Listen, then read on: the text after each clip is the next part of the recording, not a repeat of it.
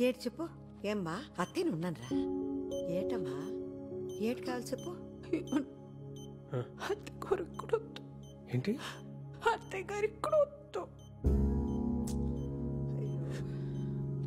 బయట బయట ఉండమంటుంది. అవునా? వండి అందరం బయటకు వెళ్దాం. వండి. నిన్ను నిన్ను బయట తప్పగా ఈ చంటిగాడు అక్కడ వచ్చాడు. బేబీ వచ్చావా? మాధవ్ కుంట్లో ఎలా ఉంది? నేను ఒకసారి ఇటు చూడొచ్చా? ఆగు, నన్నే బయటకెళ్ళమన్నారు. టెన్షన్తో హార్ట్ అటాక్ అంట. ఏటో నాకు అర్థం కాదు. టెన్షన్ ఏముందిరా దానికి? ఒళ్ళు కదలక నీరసం అంతే. నెత్తిన పెట్టుకుని మొగుడున్నాడా? బంగారం లాంటి పిల్లలున్నారా?